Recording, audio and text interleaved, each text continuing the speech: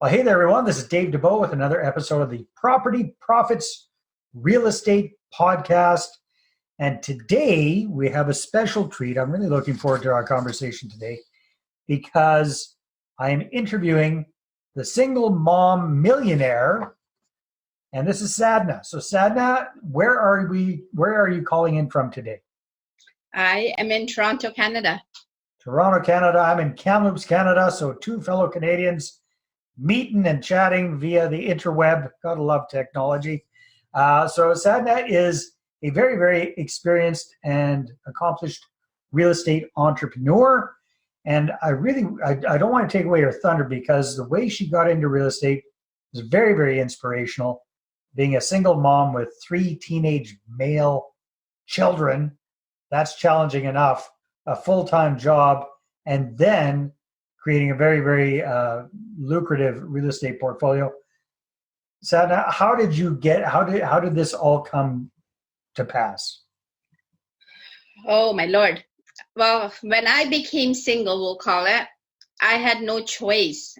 I had 3 kids at the time who were heading into teenage years and stuff. And I looked at them and I'm like, I need to pay for these guys' tuition. I need to pay for the cars for these guys. How am I going to do it on my income of $50,000, $60,000 a year, which is not a lot of money these days. And so I started. Taxes. I'm sorry? And that was before taxes too. So that's true. That's so true. So for me, I was just always looking for extra ways to make money. Because, I mean, I could see the expenses coming. Like, when the kids are small, they're happy with the loony and the toonie. Oh, no. Oh, no. Then they start into the 5s and the 20s, and then it becomes thousands. And I'm like, there's no way I can do this. So I was always looking at different ways. So what I started off with was doing second mortgages. And then I would borrow the money. At that time, the line of credit used to be 6%. And then I would lend it out at 12 or 14% on a second mortgage. So making that difference like 8%. So that's how I started in real estate. Then So how the heck did you hear about that? How did you hear about second mortgages? That's usually something people get into after they've done a few deals. How did you hear about doing that first of all? Well, I work at a law office. So I remember I've done real estate as for clients, but I never thought about doing it for myself until this one real estate agent came in and he said he had a client for a church for a client, and churches cannot get a conventional mortgage. So they were looking for a second mortgage. So I went in halves with him. That was my very first second mortgage, and we made good money on that. The mortgage they had it out was at 3%. We ended up getting it at a discounted price and stuff. So I made probably around $17,000 in 1 year for a $100,000 mortgage. Were you using your home equity line of credit? Is that what you were doing? Yes. When my husband left, he left me with a home, a mortgage, some credit card debt, some family debt as well. So I was able to refinance my house for just a little bit more than, and then I was able to use that money in for the second mortgages. So that's how it started. And then how did it actually get into buying properties? When did you? That's what I was going to say. So I was thinking at the year end, I would say 8,000, 10,000 I was making extra in addition to my income. And then all of a sudden I'm thinking, okay, this is still not enough. Like there is no way I can take 3 kids, pay for my house, pay for my car and the whole thing. And then another good day, another client came in and she was signing up documents for a property in Cornwall. And I'm looking at her mortgage, and her mortgage payment was something like $350. I had never heard of that, because the properties, I guess, in Cornwall, Ontario were cheaper. Yeah. And that's when I started talking to her, and she intrigued me. She invited me to her house, and my journey started with, I think my very first event that I attended was Darren Weeks out from BC. Yeah. Well, from Alberta, yeah. So, wow, that's not... So what year was that approximately? I'm going to say 2008-ish. Okay. All right. Very good. I started learning about real estate about 2008, 2009, and I think I did my very first deal in 2009. Uh-huh. and went on to buy real estate. And I think by 2012, I had 18 properties. Holy smokes, you didn't fool Yes. around. And then I was talking to my mentor, um, and he asked me, and I actually had to write down, what do I own? Before that, I didn't know I had 18 properties. And I think I just froze. I was like, I don't need this much stuff. What am I doing this for? I don't need this much. And and then I just, like I said, I just stopped buying.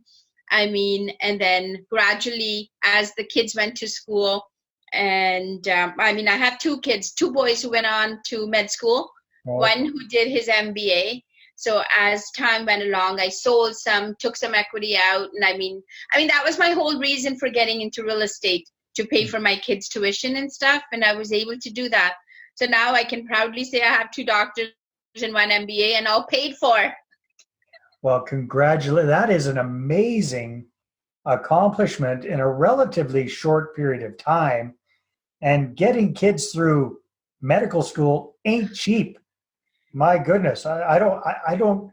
I still feel the bruises sometimes. I'm sure you do. And like, how much does it cost to put a kid through medical school these days, roughly? Well, my oldest one, I'm going to say it was close to 400,000.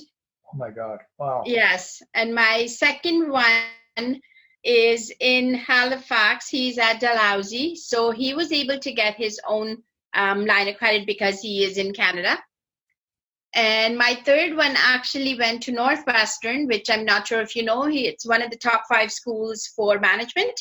Uh-huh. So he got a scholarship for his tuition, but then we had to pay for his expenses and stuff. Yeah, which isn't cheap either. And the first one that was 400,000, where did he go to school?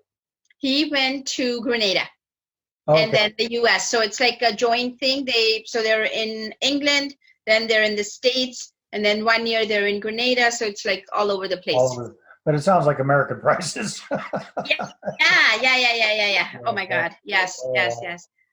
So I mean, now I feel like they're done. I feel free. I can travel a lot more. But I mean, real estate has honestly allowed me so much freedom that I cannot thank God enough. And you know what? If I didn't, I mean, I so many times think, like, how does a single mom, am I really worthy of all of that? Because I mean, for my youngest one to get a full scholarship, and that's like 145,000 US dollars. It sometimes makes me want to cry. Like, how did I do it? Like, it wasn't me. It was definitely not me. There is something helping you along the way. That's wonderful. Most definitely. So Sadhana, what was I going to ask you?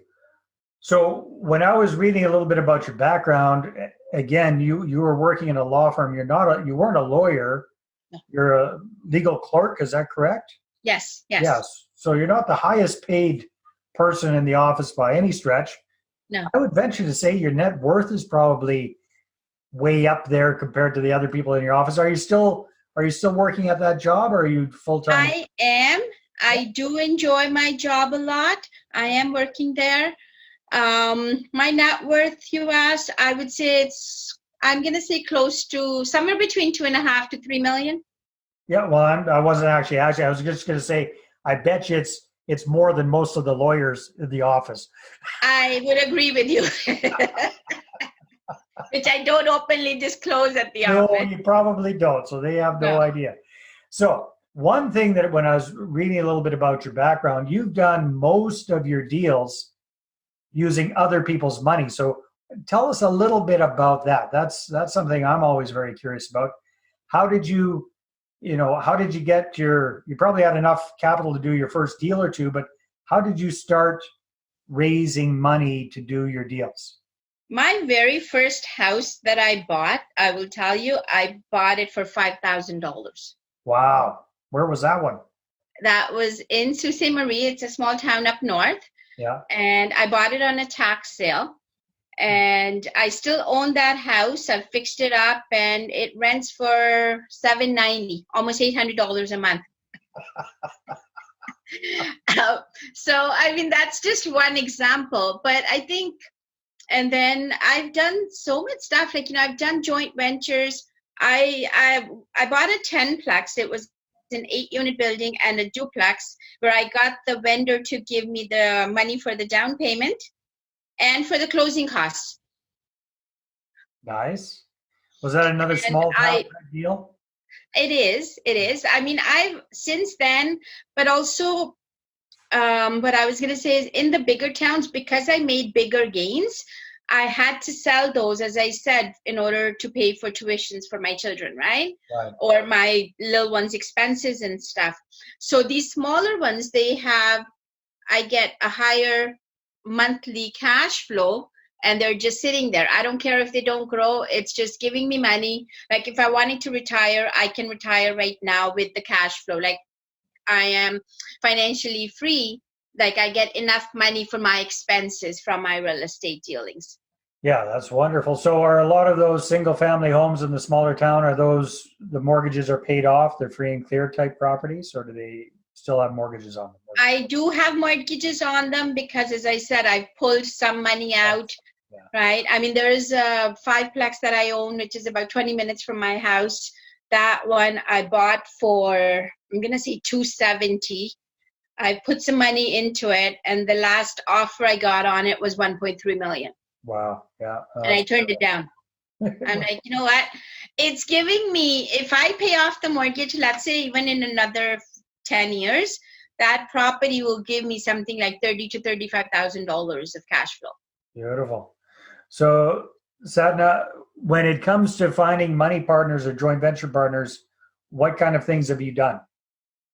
I have done where they have put down the down payment, or you mean how I find them or how I utilize them? Both. Anyway, so I have done it where they put the down payment down and they've gotten a mortgage. I will go out and find a deal.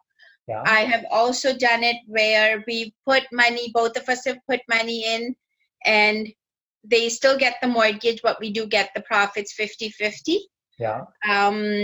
There's so many different ways of working with it. I've also done it where I put all the money, they did the work, and we split the profit 50-50. Okay, yeah. So you've been the money. You've done a whole variety of different things. And this is why, like, you know, I guess somehow because it was based out of necessity, I was able to be so creative. And I never went to school for studying this, or I never did a course on No Money Down. It was just all like, how am I going to do this? How am I going to make this happen? And I think it's just God shows you a way.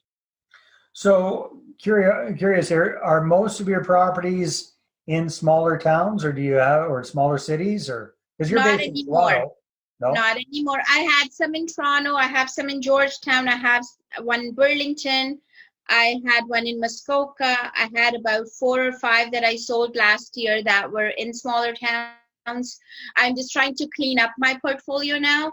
And then, I mean, I've done some flips as well in between. There was one in Sudbury. So, I mean, it's all over the place. I just go wherever the deal is. I'm not one of those people who I need to stay like half an hour from my house. I don't care. I'll drive an hour, and if the deal is right, it doesn't matter. Okay, well, that brings up another really good question that I'm sure a lot of people are wondering is, how do you manage these properties that are so far away? The faraway ones, I have a property manager. And the ones that are close by, I've managed them myself. Okay, so for example, you're in Toronto. You've got that little house in Sault Ste. Marie, which I don't know how far away that is. But Sault Ste. Marie from my house, I'll say from Toronto, is about 7 hours drive, 1 hour flight. All right, so I'm not going there every time. You don't want to be driving there very often. No, I don't. So how do you, especially in a small town, how do you find a good property management company that wants to take care of a single family home? Because well, I have other properties there. At one time, I did have, I mean, right now, remember I said to you about the 10-plex, so I have 8, 10, 11 units in Sault Ste. Marie. Okay. I have 5 in Georgetown. I have 1 in Burlington. There is one I'm looking at right now in Brantford to go do a flip with that one. Mm-hmm. And I've got one at my house. I finished my basement about 4 years ago, and there is another income producing property now. Beautiful. Yeah. All right. So I guess my question would be, back when you just had that one house and Sault Ste. Marie. I'm probably saying it wrong. No, it's actually exactly the way you said it, Sault Ste. Marie. All right. Were you able to find a property management company to take care of just the one unit?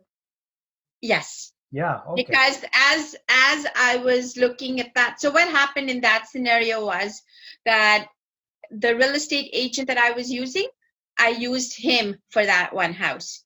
And then when I bought my next sixplex there, then it was just continued on. And then he went on and joined a professional property management company. And then it went from there. So now I have a management company that looks after the stuff. Very, very good. Well, time flies when we're having fun. So it already flew away. Yeah, it's flying away, Sadhana. So if people want to find out more about you and what you're up to, I know you do some limited coaching with people sometimes. So if people want to find out more about you and connect with you, what should they do? Okay, so I have a website called www.singlemommillionaire.com. Yeah. And if they reach out to me from there, I could send them a report that is 7 steps to success in real estate. That's one thing. And then also I am working on a no money online course. I want to do an online course because every time, wherever I go, people want to know, how did I do it? So I'm thinking I'm going to do an online course and hopefully I can reach out to you then as well. And then we could put something there. That sounds like fun. Sadhana, thank you very much for your time and sharing some of your experience and wisdom with us. Thank you. All right, everyone, take care, and we'll see you on the next episode. Take care. Bye-bye. Well, thanks very much for checking out the Property Profits podcast. And if you like what we're doing here, please head on over to iTunes, subscribe, rate us, and leave us a review. Be very, very much appreciated. And if you're looking to create a regular flow of inbound investor inquiries about your real estate deals, then I invite you to attend one of my upcoming live online demonstrations. And you can check that out at investorattractiondemo.com. Take care.